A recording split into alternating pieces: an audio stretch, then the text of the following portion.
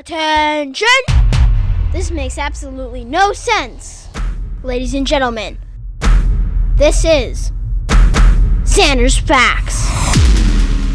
Hello everybody, welcome into Zander's Facts. I'm of course the aforementioned Zander, and no, this is not a new episode of the Zander's Facts podcast, but it is a Zander's Facts flashback that we got this week for you on Wednesday, June 21st, which means we still got some facts for you, even if they aren't new facts. There's still important facts, which you're going to want to listen to, so we're going to get to that in just a second. But before we do, just wanted to remind you all that if you like the Zander's Facts podcast, if you think you're going to like all the facts on this flashback, remember to follow this podcast, download this episode, the Zander's Facts flashback, rate and review the podcast, check us out on all the socials, Twitter, Facebook, Instagram, TikTok, at Zander's Facts, that's Zander with a Z, and most importantly, remember to tell all your friends, spread the facts, Zander's Facts podcast. Tell all your friends about the podcast, about the newsletter, Zander's Weekend Facts. It's a recap of the week's top headlines every Sunday morning. Check it out. It's free. Sign up in the episode description.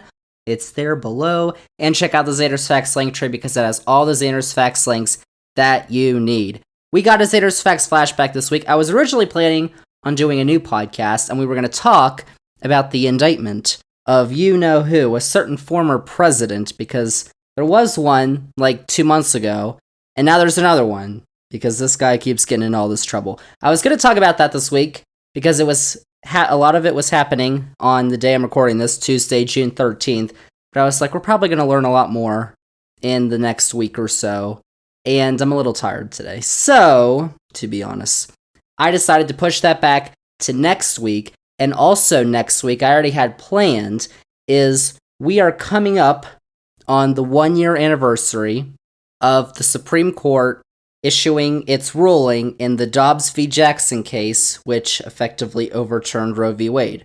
So a year on from that, we're going to talk about everything that's been going on with abortion rates in America. Next week on the podcast, episode 109, Wednesday, June 21st. All that's coming up next week. Lots of facts, lots of good facts.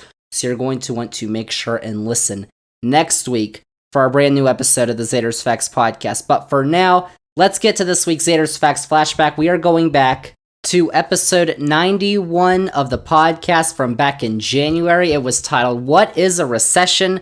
Because there was a lot of talk going on if there's going to be a recession this year, and there may still be, but so far it hasn't happened. But I took a look at what exactly an economic recession is, the details, or what exactly it all means, and if it's going to happen. So we took a look at all that on episode 91, and we're about to replay that on this week's Zander's Facts flashback. So let's get straight to it, y'all. Let's go back to when we were talking all about recessions. Oh, my favorite, back on episode 91 of the podcast in January on this week's Zander's Facts flashback.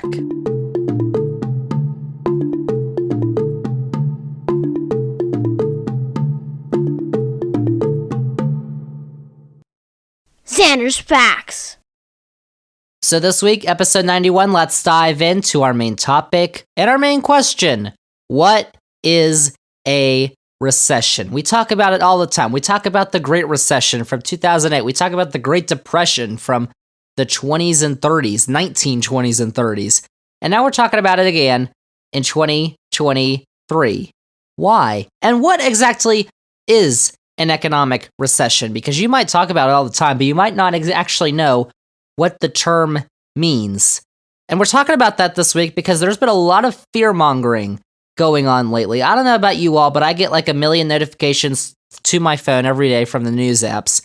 And I feel like every other day, or I'm just scrolling around, I see an article from CNBC or Yahoo Finance or Wall Street Journal, and it's telling me how to prepare for the impending economic recession. And listen, let me tell you all, if we don't raise the debt ceiling, there's going to be something much worse than a recession. And by the way, the whole debt ceiling thing that's been going on, I talked about that last week on the Zander's Facts podcast. So if you want a whole fact-filled lesson on the debt ceiling, check out last week's podcast, episode 90. Shameless bug. But for this podcast, let's forget about all that, because even excluding the debt ceiling talk, there's been a lot of chatter about a downturn in the economy that has already come or is coming. And as we've said on the podcast, the economy has been relatively strong by several metrics, including employment, but by a couple of other metrics, namely inflation and gas prices and wages, it hasn't been that great. Coming out of 2020,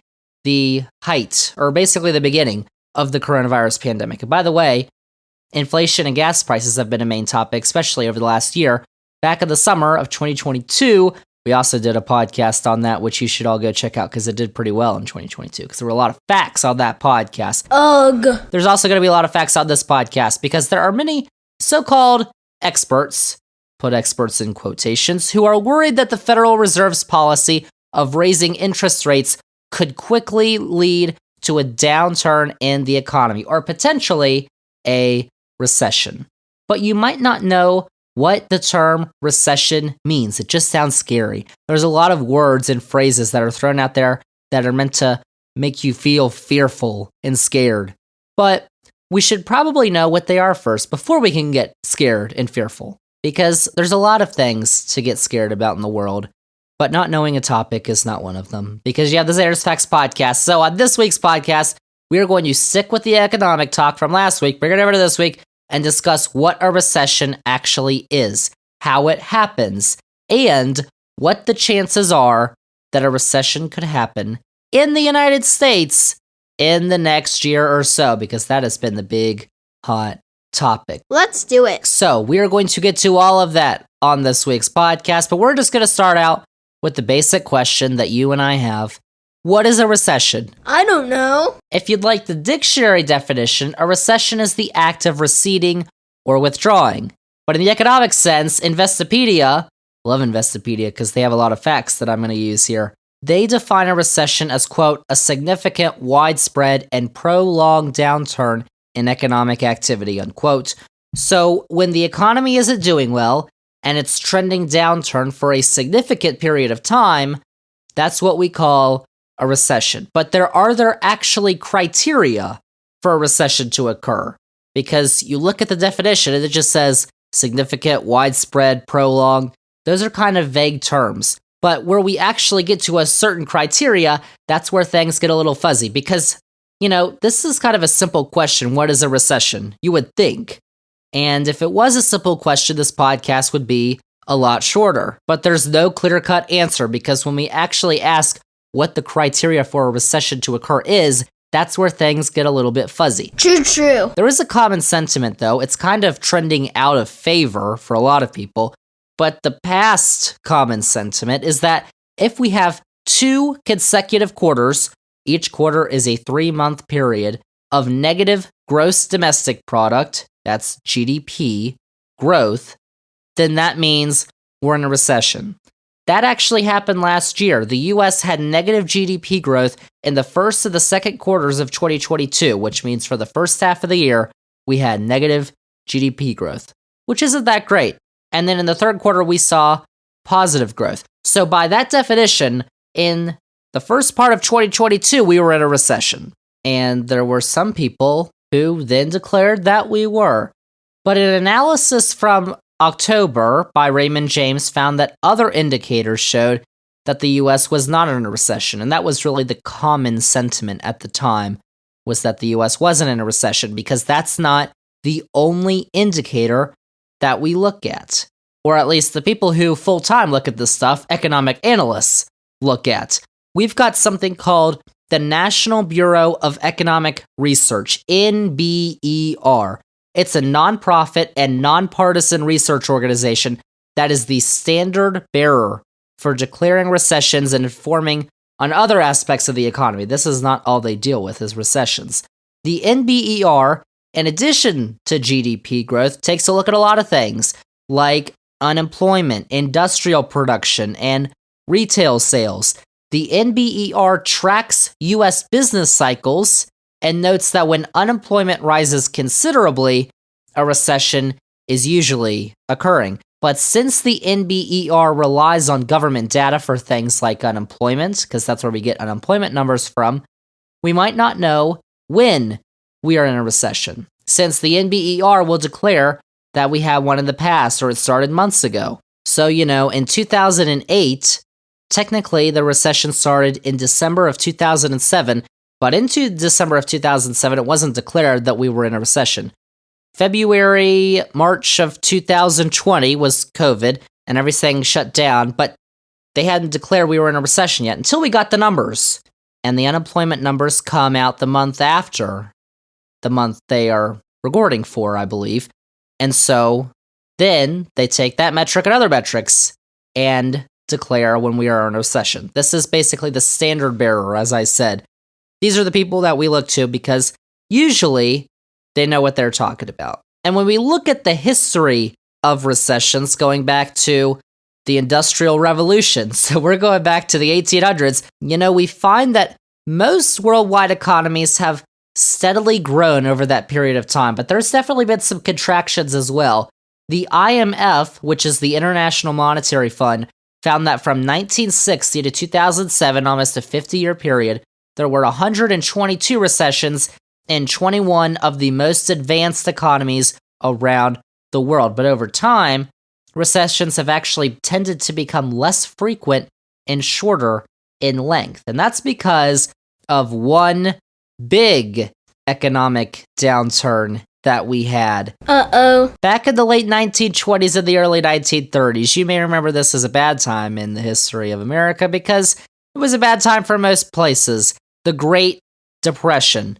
Governments around the world since the Great Depression have implemented policies like welfare, unemployment insurance, Social Security, and other fiscal and monetary policies that have the specific target of making sure recessions do not become full-blown crises or depressions like the Great Depression did.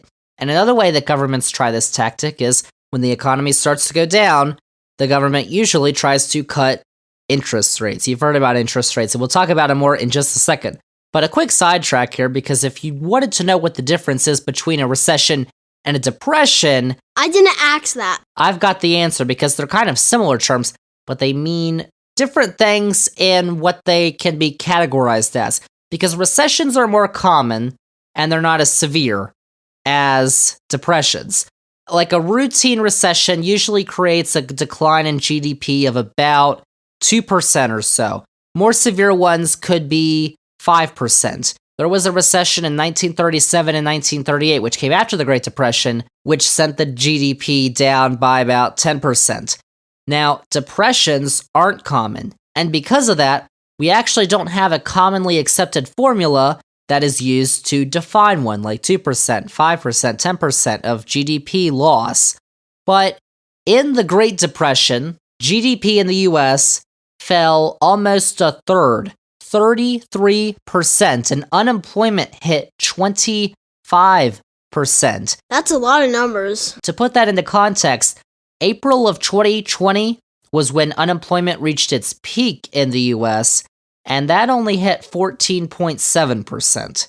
And if you've ever taken a history class, you know the Great Depression was really bad for basically everybody. Man, that was rough. But then we get FDR and all the New Deal policies, so there you go. But if you're not counting 2022, and many economic analysts are not, that little recession technically, but not technically, because a lot of people don't think it was in 2022, but many believe that the most recent recession occurred at the beginning of the coronavirus pandemic in 2020, as I said. The unemployment rate that was 14.7% at its highest in April obviously came back to life pretty quickly, and despite the economic downturn, it was only 2 months in length.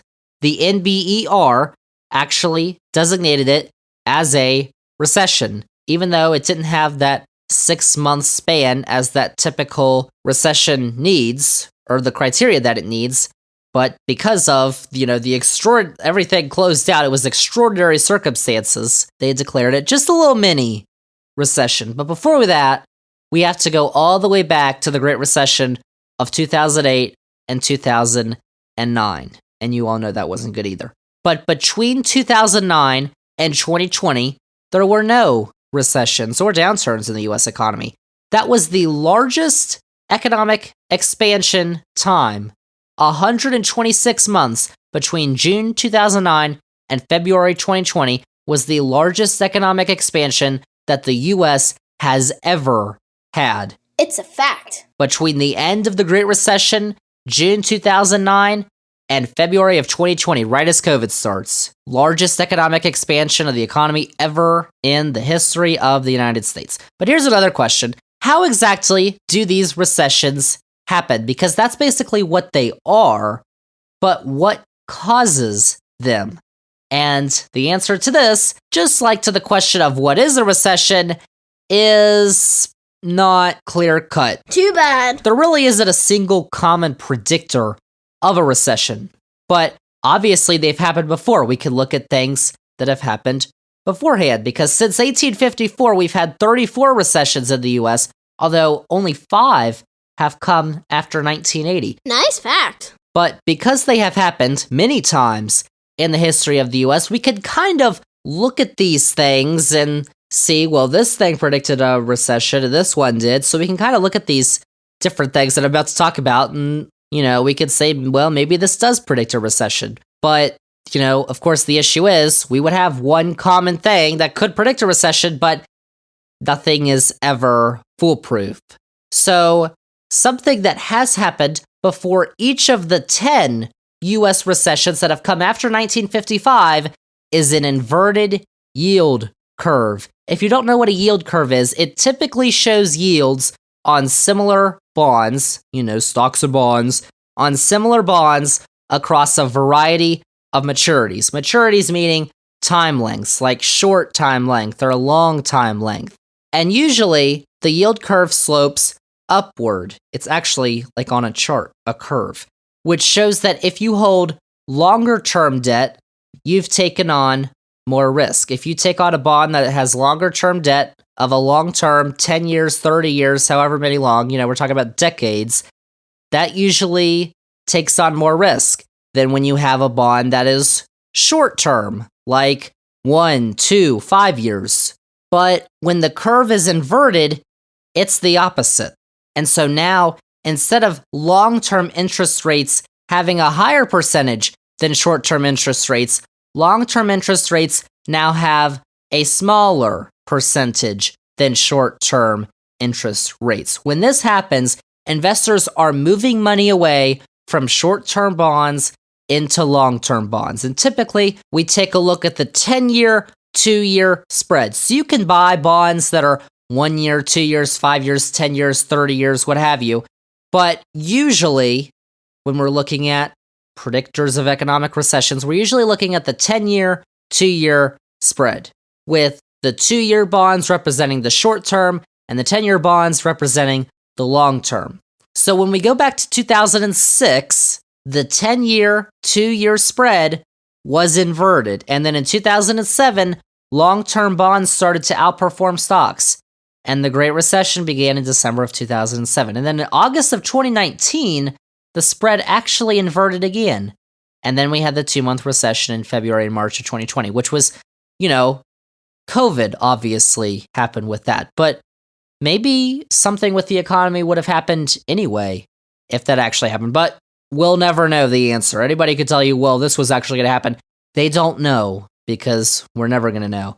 And now you look at it today. Back in December, which was a month ago, 2022, the yield curve became inverted again. Today, actually the day I'm recording this podcast, Tuesday, January 24th, the 2-year Treasury yield stood at 4.21%. The 10-year yield was at 3.46%. That's a 0.75% difference, and it's an inverted curve. How about that? Which we're going to talk about more in just a minute. But more specifically for the question of what causes recessions, there are actually several theories that economic analysts have. One of those theories is that significant and sustained increases in oil prices can raise prices for many other things in an economy, which causes inflation, which would create a recession. That's kind of like what we saw last year with gas prices and inflation rising. Now, another theory takes a look at credit growth and consumer debt. When we take on more financial risk during good economic times, we could get a bigger return, or it could come back to bite us in the butt, because some say that a recession can be caused by insufficient growth in the money supply. So if you're not getting a good return on your investments because you took too much risk and you're not getting good returns, money flow is not coming in as hot, or the money supply is not growing, and that means you could have less money, which means you would spend less, which the economy doesn't like because then we go into an economic downturn.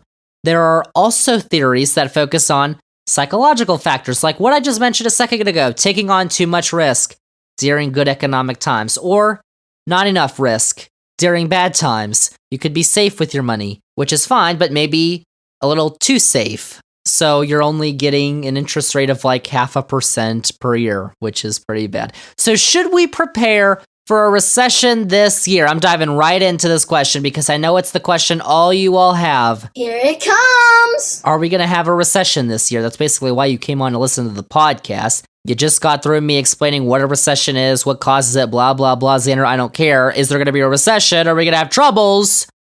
Well, let's take a look at it. Let's take a look at all those indicators into the context of today. And let's look at the state of the economy. Because yes, as I said, the yield curve is inverted.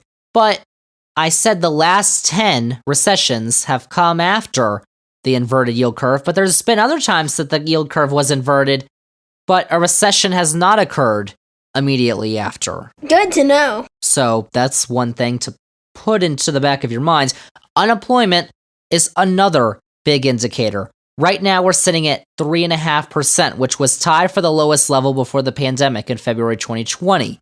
Obviously, those were circumstances that caused the unemployment rate to rise drastically in 2 or 3 months. So usually, when a recession, or at least when they think a recession's beginning, you'll start to see the unemployment rate tick up from 3.5%, maybe up closer to 4% or 5% or whatever. And that's what economic analysts are predicting is going to happen this year.